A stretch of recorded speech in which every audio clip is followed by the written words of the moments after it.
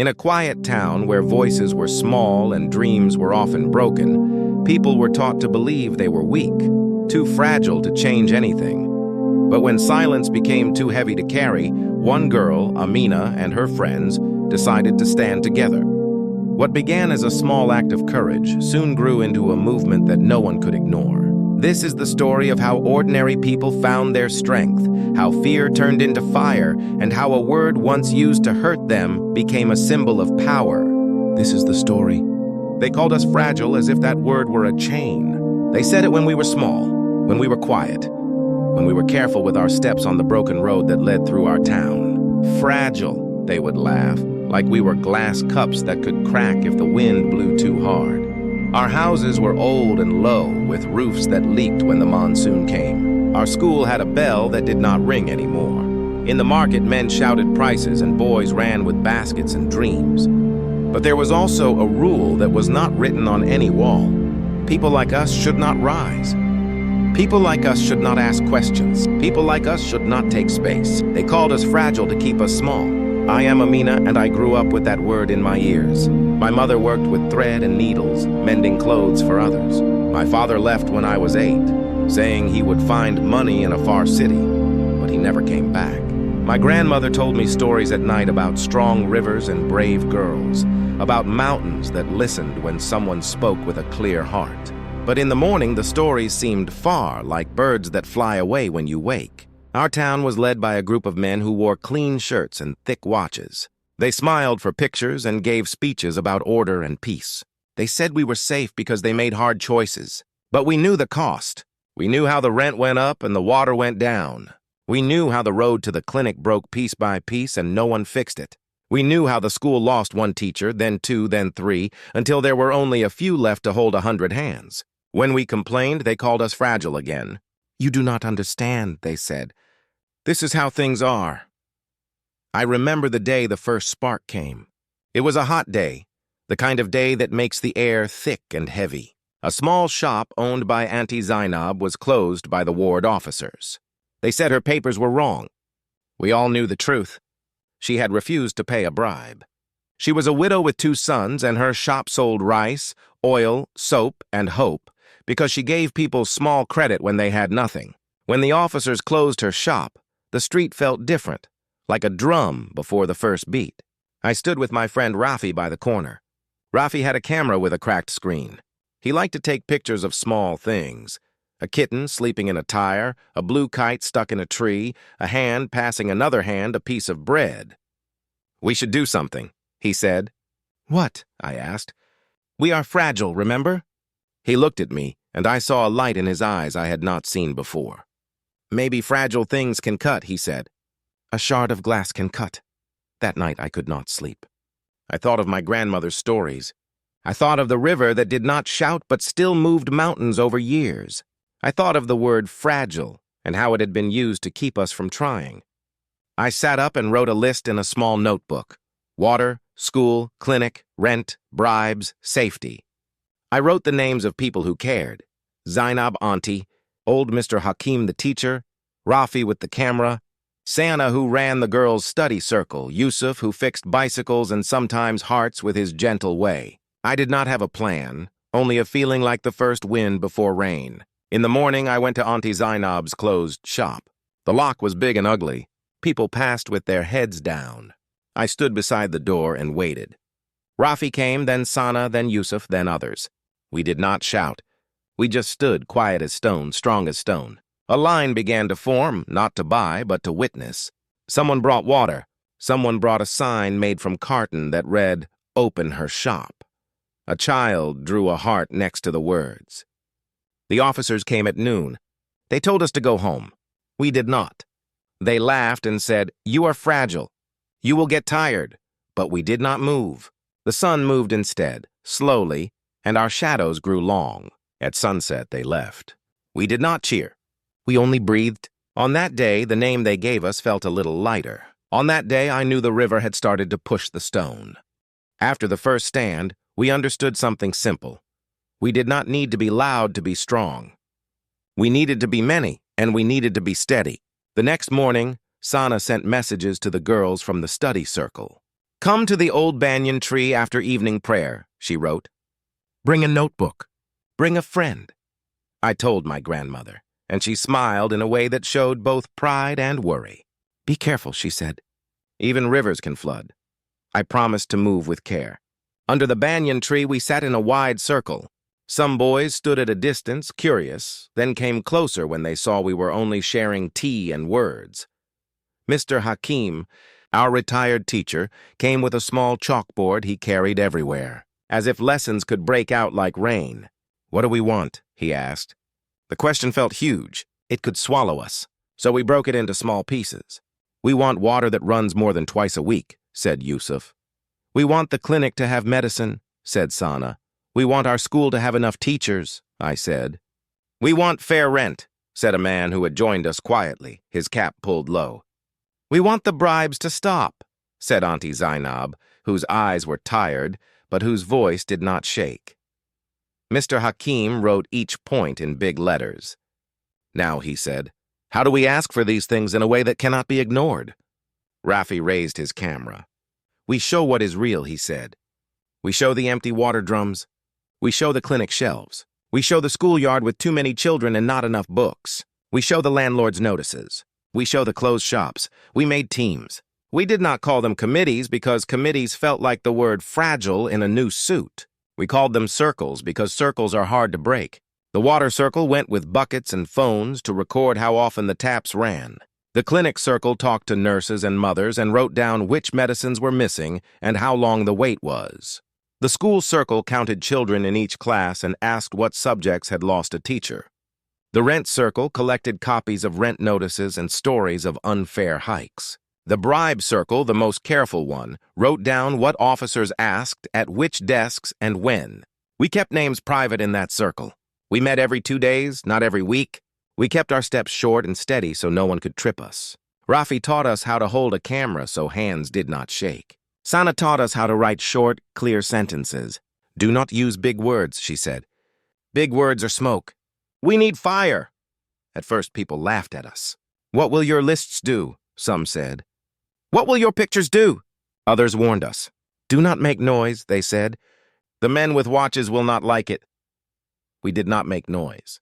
We made proof. In 2 weeks, our notebooks were full. Our phones had hundreds of pictures and small clips of video. We printed some photos and hung them on a string under the banyan tree, like laundry of truth. People came and looked. Some cried softly. Some stood with their jaws set tight. We did not shout. We invited the ward officers and the councilmen to see. Many did not come. 2 came and laughed. "Anyone can take sad pictures," one said. "This is life." "If this is life," I asked him, "why do you live on the hill with water all day?" He did not answer. That night, something new happened. A group of older women who had always stayed at the edge came to us. Their leader was called Rahima, a woman with strong shoulders and a scar across her eyebrow from a time she never spoke about. "You are doing well," she said, "but you must learn how to stand when they push." She showed us how to lock arms so that one person's fall did not pull the others down. She showed us how to breathe slow when someone tried to scare us. She told us to keep whistles in our pockets to call for help fast.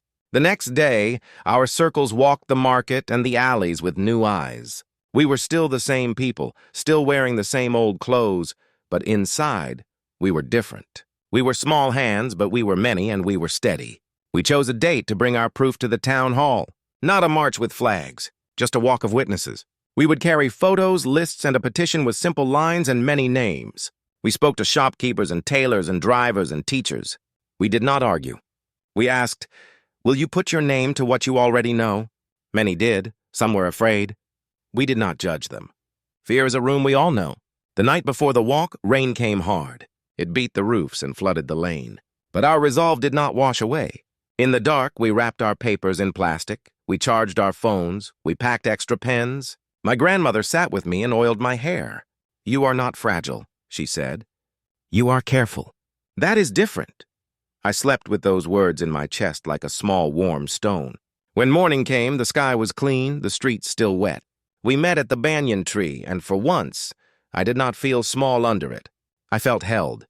We set out for the town hall, steady steps, quiet voices, many hearts.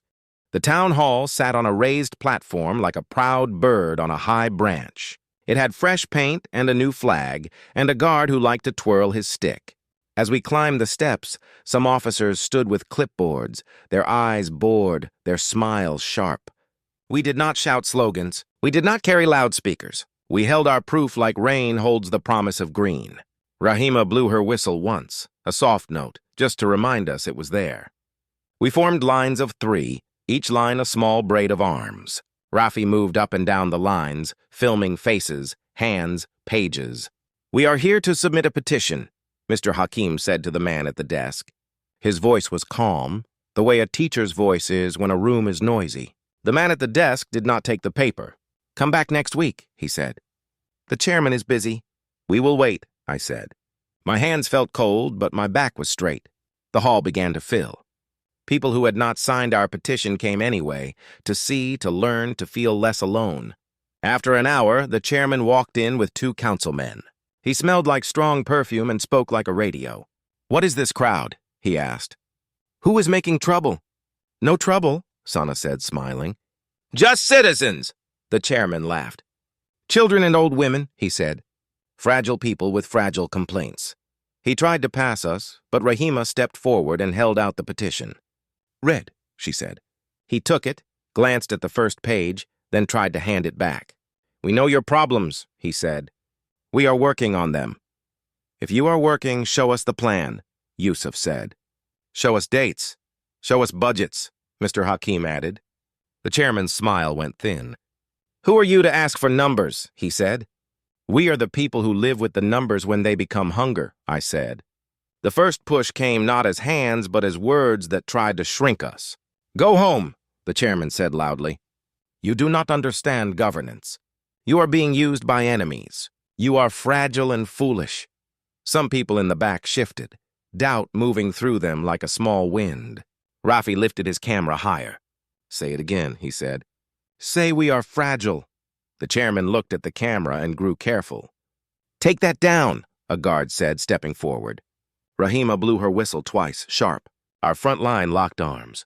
The guard stopped, surprised, then looked at the chairman, who waved him back with an annoyed flick. "Fine," the chairman said.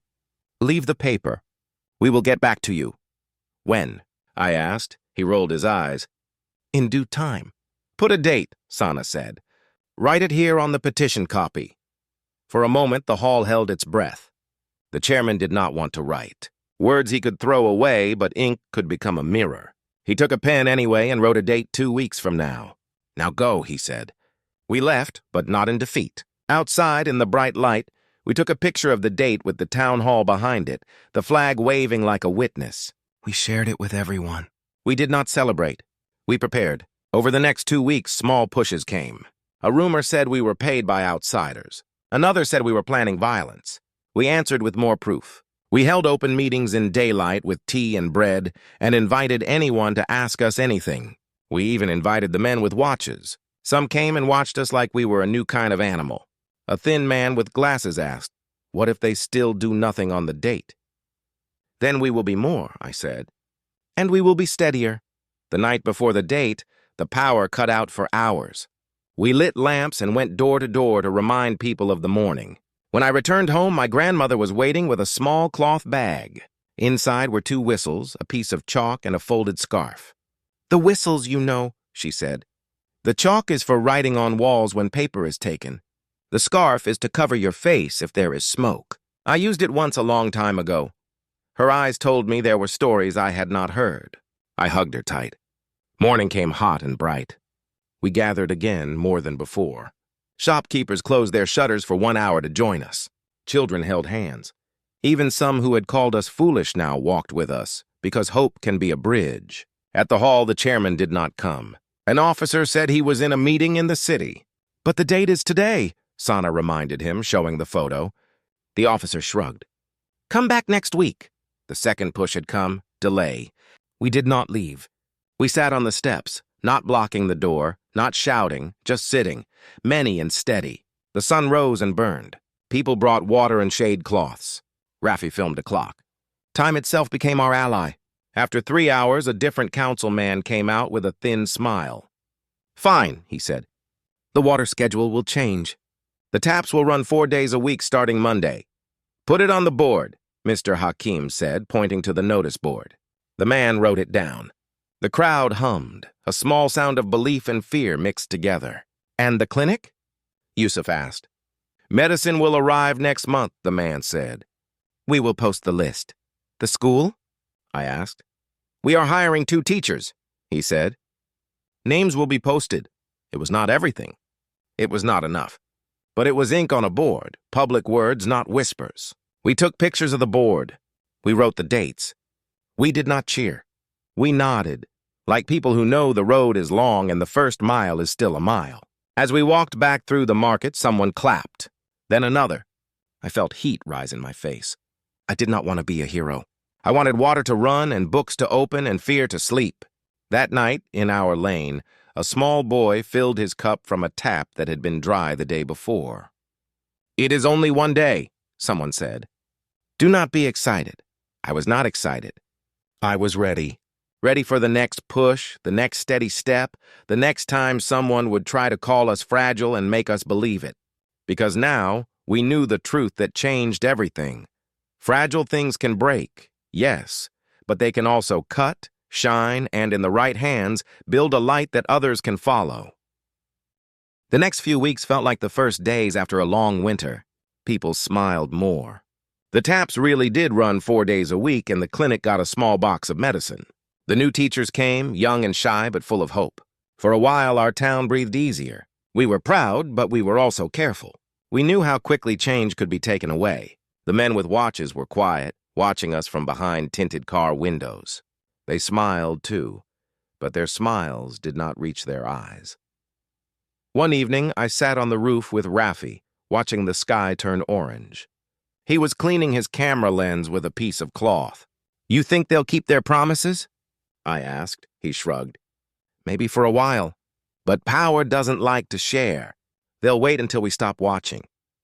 I looked at the houses below, the tin roofs shining in the sunset, the narrow lanes full of children's laughter. "Then we won't stop watching," I said. A week later, we heard bad news. The notice on the town hall board had been removed. Someone said the clinic's new medicine had been reclaimed by the supply officers. The teachers still came, but their pay was delayed. And the water, after 2 good weeks, ran only twice again.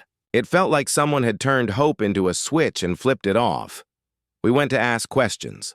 The officers said there was a shortage. The chairman said the city had cut funds. When Rafi asked for proof, one guard pushed him. Not hard, but enough to make him stumble.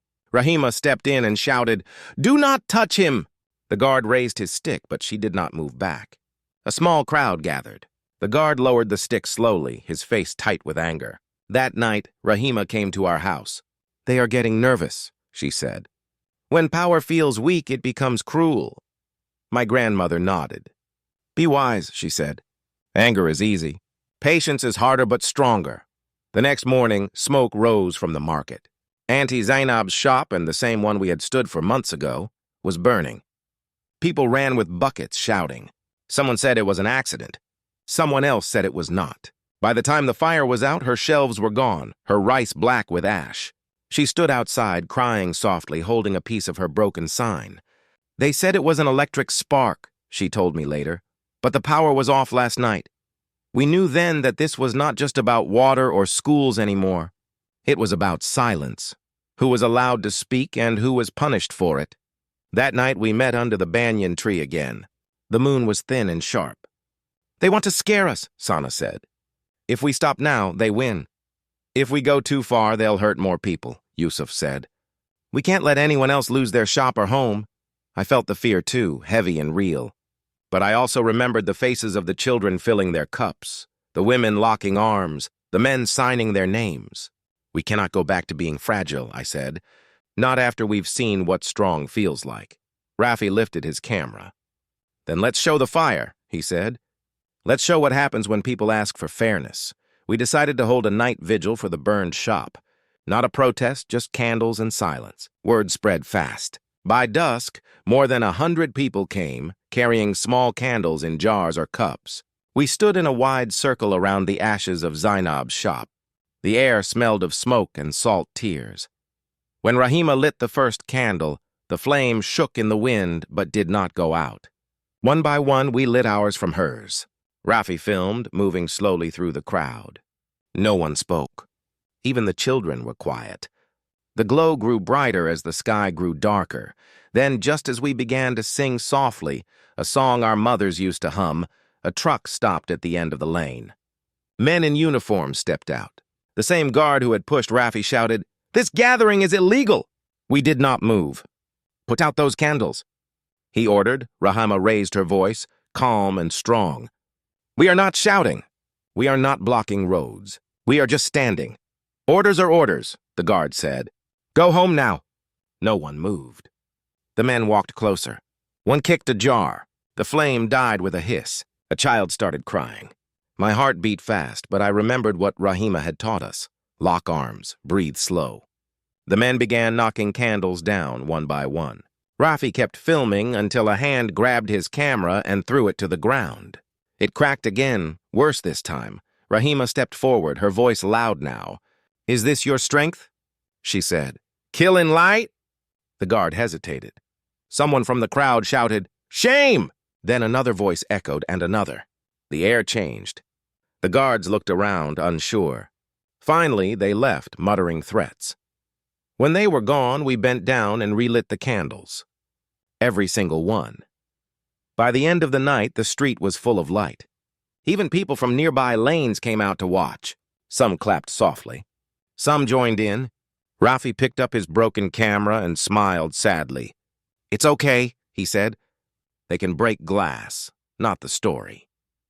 The next day, the video, short clips he had uploaded earlier, spread through phones and groups. People from other towns sent messages. "We saw your light. You are not alone. Keep going." That scared the council more than the vigil itself. They called us troublemakers, uneducated dreamers, and yes, again, fragile. But the word had lost its power. Each time they said it, it sounded smaller. Still, we knew danger was growing. One evening, a stranger followed me halfway home. Another day, Yusuf found his bicycle tires cut. The men with watches were moving in shadows now. We could feel it. Rahima called a secret meeting at her house. The small room was full.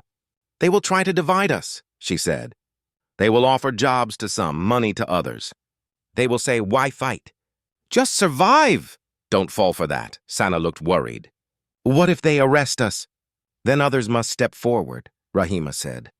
That's how movements live. We began to keep copies of our papers in different homes. We taught new people how to lead the circles. We even made small signs with simple rules. No violence, no lies. No fear. My grandmother kept listening, quiet, her hands folded. When everyone left, she looked at me. "I am proud," she said softly. "But promise me something. If it gets too dark, you will find the light, not fight the dark alone." I promised. The next morning, Rafi showed me something on his phone.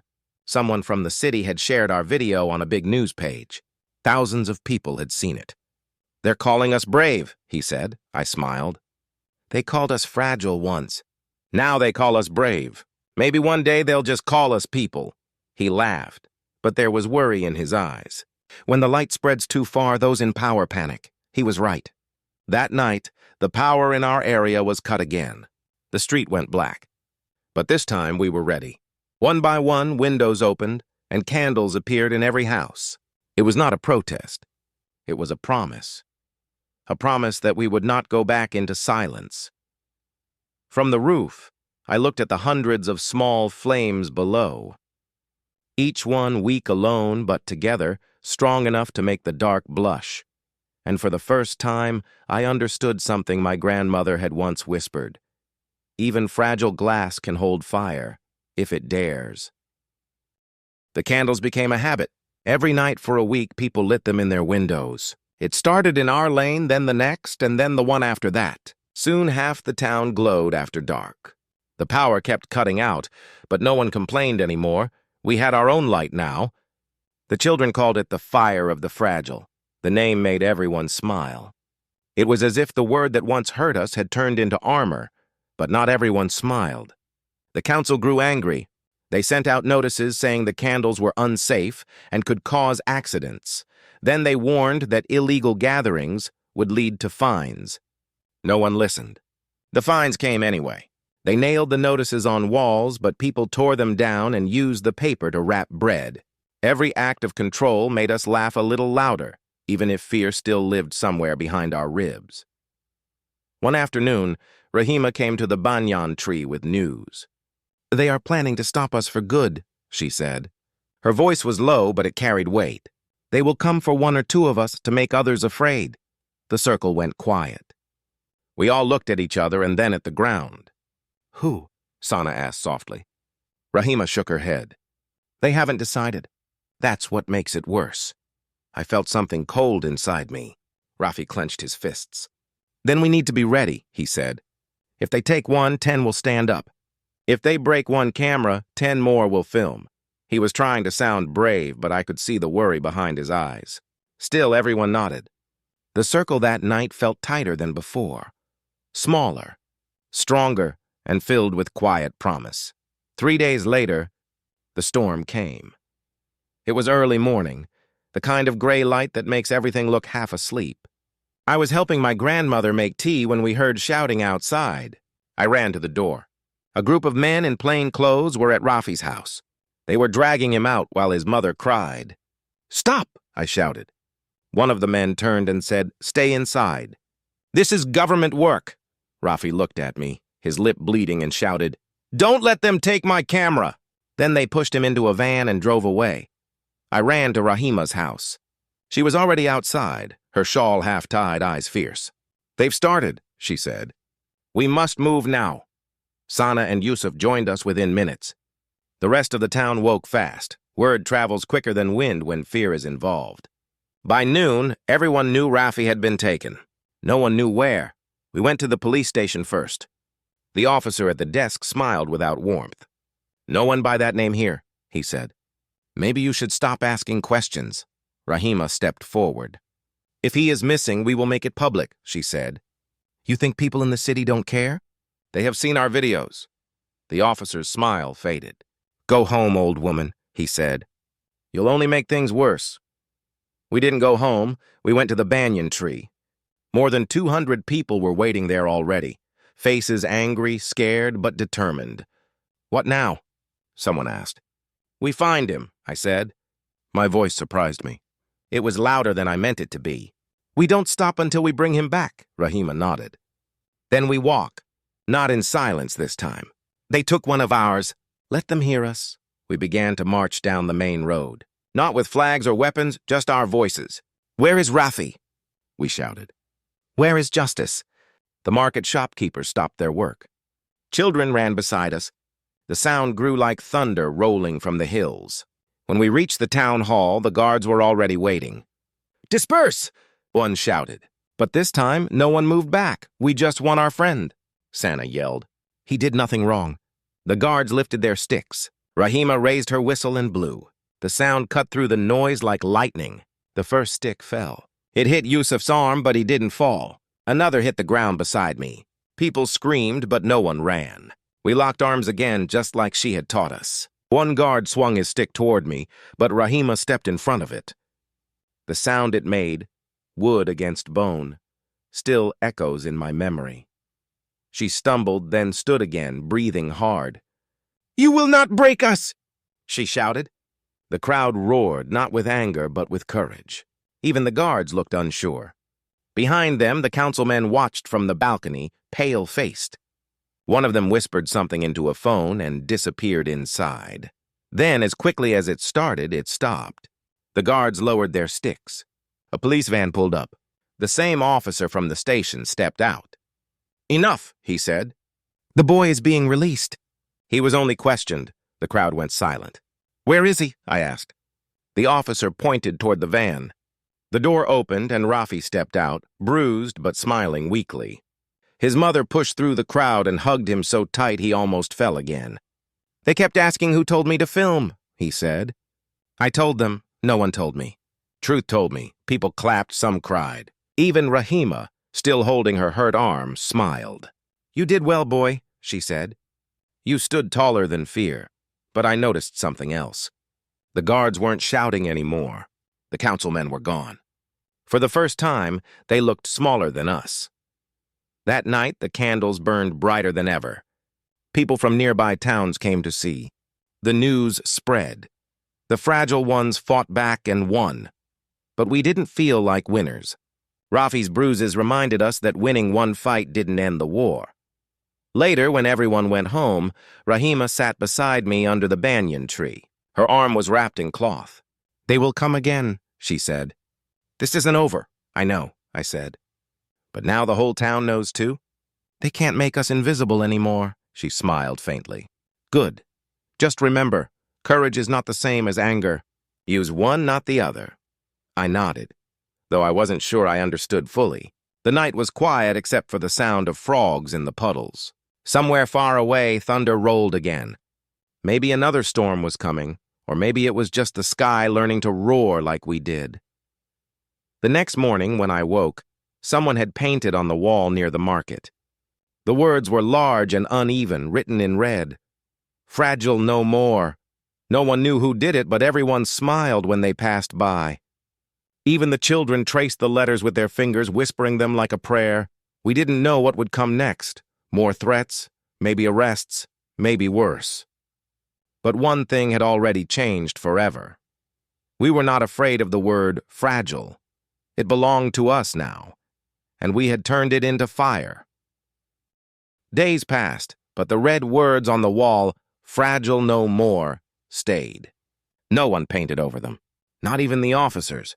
People began to treat that wall like a small monument. Children played near it. Women rested their baskets under it. Sometimes people left flowers by it.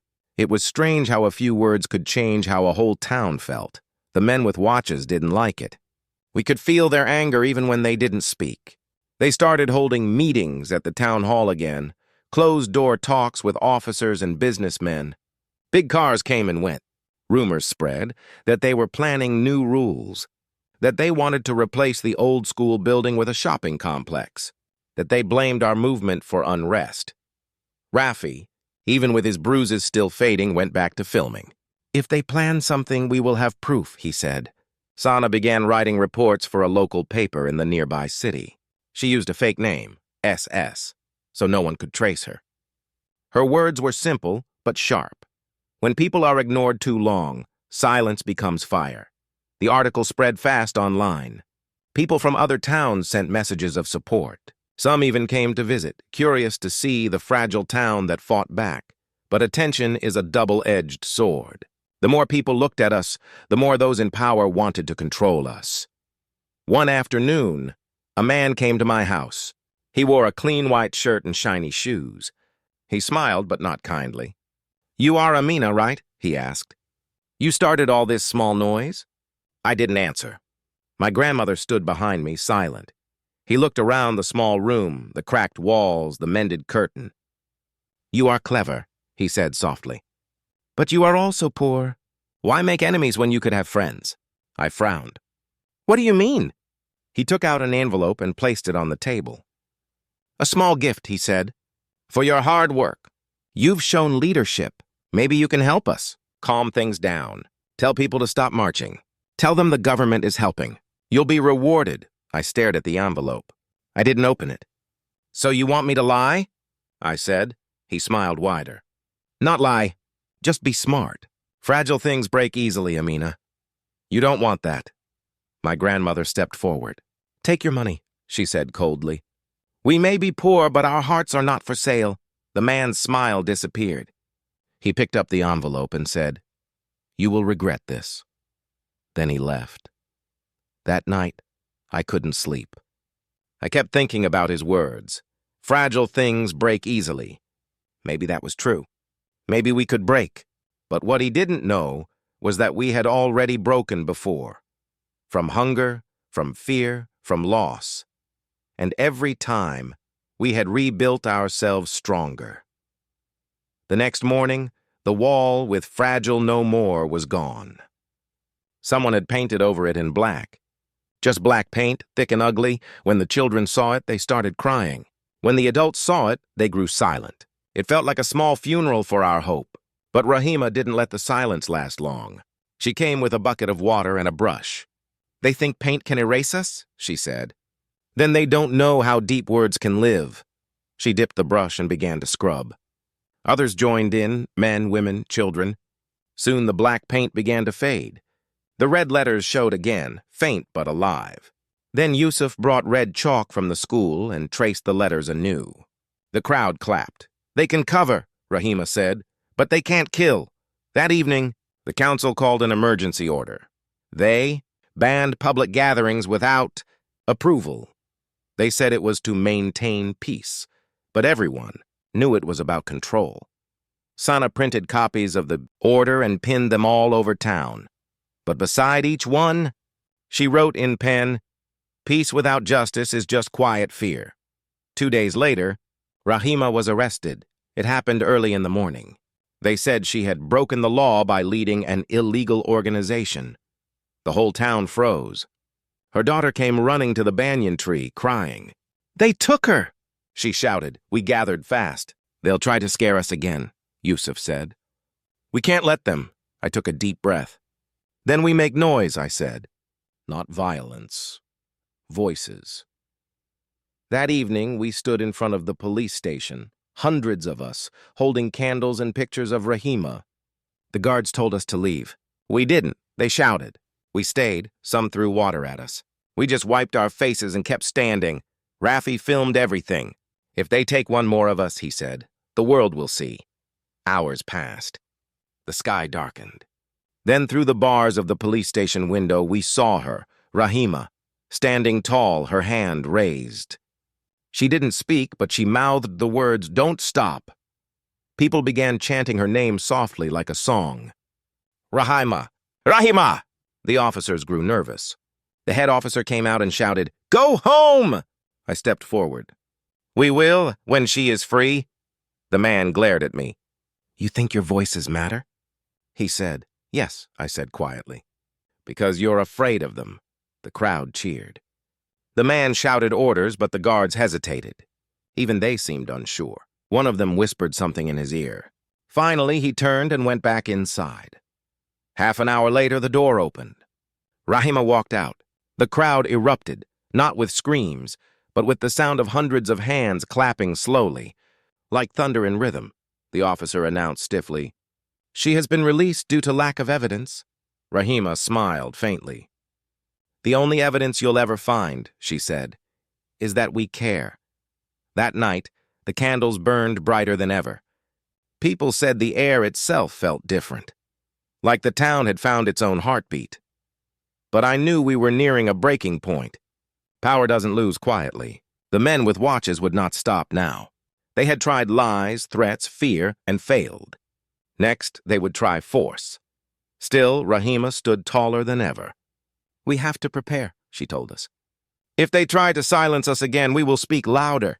If they block our words, we'll write them on walls. If they block our walls, we'll teach them to our children." Sana nodded. "Then, even if we disappear, the story won't."